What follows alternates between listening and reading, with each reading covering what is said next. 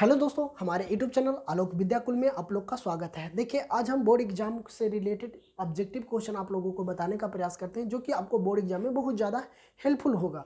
तो आप लोग वीडियो के अंत तक जरूर बने रहें, वीडियो को लास्ट तक जरूर देखें, अपने दोस्तों के साथ जरूर शेयर कीजिए। और ये वीडियो आप लोगों को कैसा पसंद आता है तो हमारे चैनल पे सब्सक्राइब कर लीजिए और कमेंट बॉक्स में हमें एक कमेंट करके ज़रूर बताएं। अगर मेरा अभी तक व्हाट्सअप ग्रुप पे नहीं जुड़े हैं तो मेरा व्हाट्सअप ग्रुप डिस्क्रिप्शन बॉक्स में दिया हुआ है, वहाँ से भी आप लोग जुड़ सकते हैं। तो आपको हम बोर्ड से रिलेटेड जो भी अपडेट आता है उसको भी बारे में बताएंगे, और बोर्ड एग्जाम से पहले हम आप लोगों को ऑब्जेक्टिव क्वेश्चन का उपलब्ध कराएंगे। तो आप हमारे यूट्यूब चैनल से ज़रूर जुड़िए और जो व्हाट्सएप ग्रुप है उसमें ज़रूर आप लोग ज्वाइन हो जाइए। तो चलिए अब हम क्वेश्चन पे चलते हैं बच्चों। क्वेश्चन मेरा ये है, ऑब्जेक्टिव है, ये आपको हम 30-40 क्वेश्चन आप लोगों का ऑब्जेक्टिव हम बताते हैं। इसमें बहुत ज़्यादा आप लोगों के हेल्पफुल होगा, तो ये क्वेश्चन आप लोग ज़रूर देखिए, ऑब्जेक्टिव याद करिए, 1 से 2 बार वीडियो को ज़रूर देखिए और अपने दोस्तों के साथ ज़रूर शेयर कीजिए, जो भी बच्चा अगर हमारे अभी यूट्यूब चैनल से नहीं जुड़ पाए हैं उनको। तो चलिए अब हम क्वेश्चन समझ लेते हैं बच्चों। मेरा क्वेश्चन ये है, फर्स्ट क्वेश्चन ये है कि भावार्थ शब्द के क्या कह रहा है, षष्ठी बहुवचन का रूप क्या होगा। कह रहा है कि भावार्थ शब्द जो है, भावार्थ शब्द का छठी बहुवचन है ना, छठी बहुवचन क्या होगा, भावांतुम। क्या होगा, भावांतुम। यूम लग रहा है ना, तो समझिए कि यही मेरा भावांतुम। यहाँ पे ध्यान दीजिएगा, मुम लग रहा है तो ये चीज ध्यान दीजिएगा। चलिए अब कह रहा है तिष्टि में धातु क्या है। कह रहा तिष्टि में धातु क्या है, तो कौन सी धातु है, अस्था है। क्या है, रथा। क्या है, रथा धातु लगा हुआ है, तो ये चीज ध्यान दीजिए। ये सब क्वेश्चन आप लोगों को छूट जाता है ऑब्जेक्टिव में। ऑब्जेक्टिव में अगर संस्कृत में अगर ऑब्जेक्टिव अगर 50 नंबर को आपको आता है, 50 में 50 अगर सही मारते हैं तो आप लोग को कहीं ना कहीं बहुत ज़्यादा बेनिफिट होगा। और इससे क्या होगा कि आपको हम सब्जेक्टिव क्वेश्चन को बताते ही हैं, तो सब्जेक्टिव क्वेश्चन पर भी ध्यान दीजिए। सब्जेक्टिव क्वेश्चन भी आप लोगों को बहुत ज़्यादा हम जो इम्पोर्टेंट होता है वही क्वेश्चन को बताते हैं, जो कि बोर्ड एग्जाम में बहुत ज़्यादा चांसेज आने का। अब कह रहा है तुनाम प्रत्यय किस, कह रहा है तमाम प्रत्यय से बना अवयवी कौन सा है, तो क्या हो जाएगा, हा तुम। हतुम हो जाएगा, क्या हो जाएगा, हतुम। अब कह रहा है राघव में कौन सा द्विदित प्रत्यय है, तो अनु। क्या है, राघव में कौन सा प्रत्यय है, तो अनु प्रत्यय है। अब कह रहा है निपुण में कौन सा स्त्री प्रत्यय है, तो टिप्पू। क्या है, टिप्पू। कह रहा है निपुण में कौन सा स्त्री प्रत्यय है, तो टिपुन। अब कह रहा है यहाँ पे देखिएगा बच्चों, नेक्स्ट क्वेश्चन मेरा यहाँ आ जाता है कि व्याघ्रपाथिक कथा किस ग्रंथ से संकलित है, तो हितोपदेश से। क्या है, हितोपदेश है जो मेरा व्याघ्र से सम्मिलित है। चलिए यहाँ पे अब यहाँ नेक्स्ट क्वेश्चन है कि बाघ के हाथ में क्या था, तो कुश था। बाघ के हाथ में क्या था, तो कुश था। अगर आपको बाघ के बारे में अगर पढ़े होंगे तो आप आसानी से देख लीजिएगा कि बाघ के हाथों में क्या था, तो कुश था। बाघ के हाथों में क्या था, कुश था। चलिए अब यहाँ पे कह रहा है कि व्याघ्रपाथिक कथा में कुत्र तव कंकम किसका कथन था, तो किसका कथन था, तो पाथिक के था। किनका कथन था, तो पाथिक के था। किनका कथन था, तो पाथिक के था। किनका कथन था, तो पाथिक का था। अब यहाँ पे नेक्स्ट क्वेश्चन मेरा आ रहा है किसके बिना ज्ञान भरा होता है, किसके बिना ज्ञान का भार होता है, तो क्रिया के बिना। किनके बिना, क्रिया के बिना होता है। चलिए यहाँ पे अब नेक्स्ट क्वेश्चन है साधु का स्त्रीलिंग रूप क्या होगा, सधावी होगा। क्या होगा, सधावी। साधु का स्त्रीलिंग रूप क्या होगा, सधावी होगा। यहाँ पे देख लीजिए। चलिए अब यहाँ पे नेक्स्ट क्वेश्चन है मेरा कि यहाँ पे मेरा नेक्स्ट क्वेश्चन है, अब क्या कर रहा है कि आलसन नामक कथा का समस्त पद कौन सा होगा। क्या होगा, तो आलस कथा। क्या होगा, आलस कथा होगा। क्या होगा, आलस कथा होगा। अब यहाँ पे है तमाभ्युभद्य पद में कौन सी संधि है, तो स्वर संधि है। कौन सी संधि है, तो स्वर संधि है। कौन सी संधि है, तो स्वर संधि है। अब यहाँ पे मेरा नेक्स्ट क्वेश्चन है कि मुनोरियम में किस मुनेरियम में किन किन वर्णों का संधि हुई है? तो अ प्लस का किसका? अ प्लस का हुआ है। अब क्या है? पितरादेशः का सही विच्छेद क्या होगा? तो मतलब पितरादेश का तो क्या होगा? पितृ प्लस आदेश होगा। चलिए अब कह रहा है निरोग की संधि विच्छेद करे। निरोग का संधि विच्छेद क्या होगा? निरोग का संधि विच्छेद है उसका क्या होगा? तो निरोगा होगा। क्या होगा? निरोगा होगा। अब यहाँ पे है नरेश किस संधि का क्या होगा? इसका कौन सा स्वर्ण होगा? तो स्वर होगा। किसका होगा? ये स्वर्ण का आएगा। किसका आएगा? स्वर्ण का आएगा। अब यहाँ पे देखिए किस समास का प्रथम पद नकारात्मक होता है? तो किस समास का प्रथम पद नकारात्मक होता है? तो व्यंजन संधि का। किसका होता है? व्यंजन संधि का। किनको होता है? व्यंजन संधि का।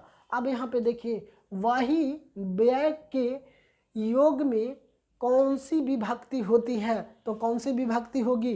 पंचमी विभक्ति होगी। कौन सी विभक्ति होगी? पंचमी विभक्ति होगी। तो चलिए यहाँ पे समझ गए कि कौन सा विभक्ति होगी? तो पंचमी विभक्ति होगी। ये जितना भी आप लोग को क्वेश्चन हम बताने का प्रयास करते हैं बच्चों, जो कि आपको बहुत ज़्यादा इंपॉर्टेंट होता है, जो कि आपको बोर्ड एग्जाम में चांसेज है आने का। तो आप लोग ज़रूर वीडियो के अंत तक देखें, पूरा वीडियो ज़रूर देखें। थोड़ा सा देख के अगर चले जाइएगा तो ये क्वेश्चन आप लोगों को समझ में नहीं आने वाले। अभी तक आप अपने दोस्तों के साथ शेयर नहीं किए हैं तो ये वीडियो ज़रूर शेयर कीजिए उनको पास, ताकि वो भी बच्चा हमारे चैनल से जुड़ सके। अगर आप वीडियो पे पहली बार हैं तो हमारे चैनल को ज़रूर सब्सक्राइब कीजिए। चलिए अब यहाँ पे नेक्स्ट क्वेश्चन है। ऐसे ही डेली हम आपको सुबह के 6 बजे मेरा ऑब्जेक्टिव क्वेश्चन आता है, शाम में आपको मैथ का क्वेश्चन आता है। तो आप लोग ज़रूर हमारे यूट्यूब चैनल को देखिए वहाँ से, ताकि आपको व्हाट्सअप ग्रुप से अभी तक ज्वाइन नहीं हुए हैं तो मेरा व्हाट्सअप ग्रुप में ज़रूर आप लोग ज्वाइन हो जाइए, ताकि आपको बोर्ड एग्जाम से रिलेटेड जो भी अपडेट आता है उसके बारे में भी बताएंगे। प्लस क्या है वहाँ पे आप लोगों को जो कि आपको एग्ज़ाम में ऑब्जेक्टिव क्वेश्चन और सब्जेक्टिव क्वेश्चन को ज़रूर हम आप लोगों को हेल्प करेंगे। तो चलिए कह रहा है कि विवि वार्ता भाई हेतु सूत्र का उदाहरण कौन सा वाक्य है? तो बाल समर्पित विभक्ति। कौन है? बाल समर्पित विभक्ति जो है ना। अब यहाँ पे कह रहा है कि बी उपसर्ग किन शब्दों में है? तो बी उपसर्ग किस में होगा? तो विवाह में होगा। किस में होगा? विवाह में। या तो कोई भी विवाह, या तो विवाह हो जाएगा, ठीक है, विवाह, या तो विवाह आ जाएगा, तो या तो ब्याह हो जाएगा, ये भी सब आ जाएगा, ठीक है। चलिए अब यहाँ पे कह रहा है स्वर्णमायन पत्र किसका मुंह ढका हुआ है? तो सत्य का। किसका मुंह ढका हुआ है? स्वर्णमय प्राप्ति से किसका मुंह ढका हुआ है? तो सत्य से। किसका से? सत्य से ढका हुआ है। अब यहाँ आ रहा है व्यंजन पद में कौन सा संधि है? तो व्यंजन संधि है। कौन सी संधि है? व्यंजन संधि है। तो आप लोग इतना 20 क्वेश्चन आप लोगों को बताए हैं, ये 20 क्वेश्चन आप लोगों को याद हो जाएगा। चलिए अब यहाँ पे आ रहा है किसमें पद का अपनी अपनी विभक्तियों को छोड़कर मिलते हैं? किसमें अपनी अपनी विभक्तियों को छोड़कर मिलते हैं?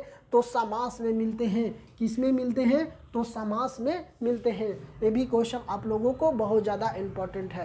तो अब यहाँ का रहा है कि प्राज्ञात व्यंजन का विग्रह क्या होगा? तो क्या होगा? हम यहाँ पे लिखेंगे प्रयाग्नमः यंत्रम। क्या हो जाएगा? प्रयाग्नम पत्रम। अब यहाँ पे कह रहा है पृथक अवयवों के योग में कौन सी विभक्ति नहीं होती है? तो कौन सी विभक्ति नहीं होती है? तो पंचमी विभक्ति नहीं होती है। कौन सी विभक्ति नहीं होती है? तो पंचमी विभक्ति नहीं होती है। कौन सा विभक्ति नहीं होती है? तो पंचमी विभक्ति नहीं होती है। चलिए अब यहाँ पे मेरा नेक्स्ट क्वेश्चन आ रहा है कि यशः चा भावे भायलः लक्ष्मण सूत्र का उदाहरण वाक्य क्या होगा? उदाहरण वाक्य क्या होगा? उगते सूर्य सा गृहे गत। उगते सूर्य से गृहे गत, ठीक है। अब यहाँ पे आएगा कि निकासः अवयवों को योग में कौन सी विभक्ति होती है? तो द्वितीय होती है। कौन सी विभक्ति होती है? तो द्वितीय विभक्ति होता है। तो ये भी क्वेश्चन आप लोगों को इम्पॉर्टेंट है, जो भी हम आप लोगों को बताने का प्रयास करते हैं, जो कि ऑफिशियल वेबसाइट से आपका जो मॉडल पेपर आया है उससे हम क्वेश्चन को, जो कि आपको बोर्ड एग्जाम में पूछे जाने वाला है, वही क्वेश्चन को हम आप लोगों को याद करवाते हैं। तो आप लोग वीडियो को जरूर पूरा देखिए। अब यहाँ पे कह रहा है असंभव पद में कौन सा उपसर्ग है? समूह। कौन सा पद है? तो समूह। अब यहाँ पे कह रहा है धनुष में, कह रहा है धनुष में मूल शब्द क्या होगा? धनुष में मूल शब्द क्या होगा? धनुष में मूल शब्द क्या होगा? धनुष। क्या हो जाएगा? धनुष। ठीक है, क्या हो जाएगा? धनुष। यहाँ पे एक और नहीं है। अब यहाँ पे आ रहा है अस्थि किस धातु का रूप है? अस्थि किस धातु का रूप है? तो अशु का। किसका? अशु का रूप है। किसका है? अशु का रूप है। क्या? किसका है? अशु का रूप है। अब यहाँ पे आ रहा है तमुम पद का मूल रूप क्या होगा? तत्तु होगा। क्या होगा? तत्तु। यहाँ पे देखिए निवेदनम पद में कौन सा उपसर्ग है? निवेदनम में कौन सा उपसर्ग है? तो निरी। क्या है? निरी। कौन सा है? तो निरी है। अब यहाँ पे देख लेते हैं किस पद में परि उपसर्ग क्या होगा? तो परिमाणम। क्या आप हिंदी में याद करते होंगे कि किस पद में परि? तो जिसमें परि लगा हो, परिवार हो गया, परिमाण हो गया, परिमाण, परिवार। ठीक है, जो परि लगा हुआ होगा वो मेरा क्या हो जाएगा? परि उपसर्ग हो जाएगा। अब यहाँ पे देखिए किस वाक्य में सप्तमी धारणोच्चार सूत्र से सप्तमी विभक्ति हुई है? तो गाते राम मोहन गृह वास्ते। गाते राम मोहन गृह गत से। किसमें? गाते राम मोहन गृह गत से। किससे? गाते मोहन। अब यहाँ पे मेरा नेक्स्ट क्वेश्चन आ जाएगा, यहाँ ध्यान दीजिए। कह रहा है अंतरत्राम ब्याह के योग में कौन सी विभक्ति होती है? तो तृतीय विभक्ति होती है। किससे? तृतीय विभक्ति होती है। तो चलिए और एक बात बताना चाह रहे बच्चों कि अगर अभी तक मेरे व्हाट्सएप ग्रुप से नहीं ज्वाइन हुए हैं तो मेरा व्हाट्सएप ग्रुप डिस्क्रिप्शन बॉक्स में दिया हुआ है, वहाँ से आप व्हाट्सएप ग्रुप पे जाके ज्वाइन कर सकते हो। वहाँ क्लिक करके आप लोग आसानी से अपने व्हाट्सएप ग्रुप में ज्वाइन हो जाएंगे। तो चलिए अब यहाँ पे देख लेते हैं कि पक्षी वृक्षणम उपवासा संति वाक्य किस सूत्र का उदाहरण है? तो उपवंशम से। किससे? उपवंशम से। चलिए अब यहाँ पे आ रहा है मेरा लास्ट क्वेश्चन है इस ऑब्जेक्टिव का, ये 40वां क्वेश्चन है। तो 40वां देख लेते हैं कि उक्त कर्म में कौन सी विभक्ति होती है? उक्त कर्म में कौन सी विभक्ति होती है? तो हम क्या बोलेंगे? आपको 4 ऑप्शन दिया हुआ रहेगा, जिसमें आपको एक ऑप्शन प्रथमा दिया हुआ रहेगा। तो यहाँ पे देखिए उक्त कर्म में कौन सी विभक्ति होती है? तो प्रथमा होगी। कौन सा होगी? प्रथमा होगी। तो ये क्वेश्चन आप लोगों को 40 को हम बताए हैं, तो 40 में 40 आप लोग याद कीजिए, ताकि आपको बोर्ड एग्जाम में बहुत ज़्यादा हेल्पफुल होगा। और अभी तक अपने दोस्तों के साथ शेयर ये वीडियो नहीं किए हैं तो आप हमारे अपने दोस्तों के साथ ज़रूर शेयर कीजिए, ताकि वो भी लड़का पढ़ सके। तो और आप हमें कमेंट बॉक्स में बता सकते हैं अगर कोई आपको वीडियो चाहिए या तो कोई मैथ का, तो आप हमारे चैनल से ज़रूर कमेंट करके बताएं। क्लास 8 और 9th का भी इसमें पढ़ाई होता है, तो आपको छोटे भाई बहन हैं तो उनको साथ ज़रूर बताइए कि इस चैनल के माध्यम से हम आपको एक एक क्वेश्चन NCERT को हम बताने का प्रयास करते हैं। तो आप लोग ज़रूर चैनल से जुड़िए और देखिए। और जब वीडियो पसंद आता है तो चैनल को तो सब्सक्राइब कीजिए और कमेंट में ज़रूर हमें लिखिए एक बार। तो थैंक यू दोस्तों, फिर मिलते हैं आप लोग के बीच नए कक्षा में। तब तक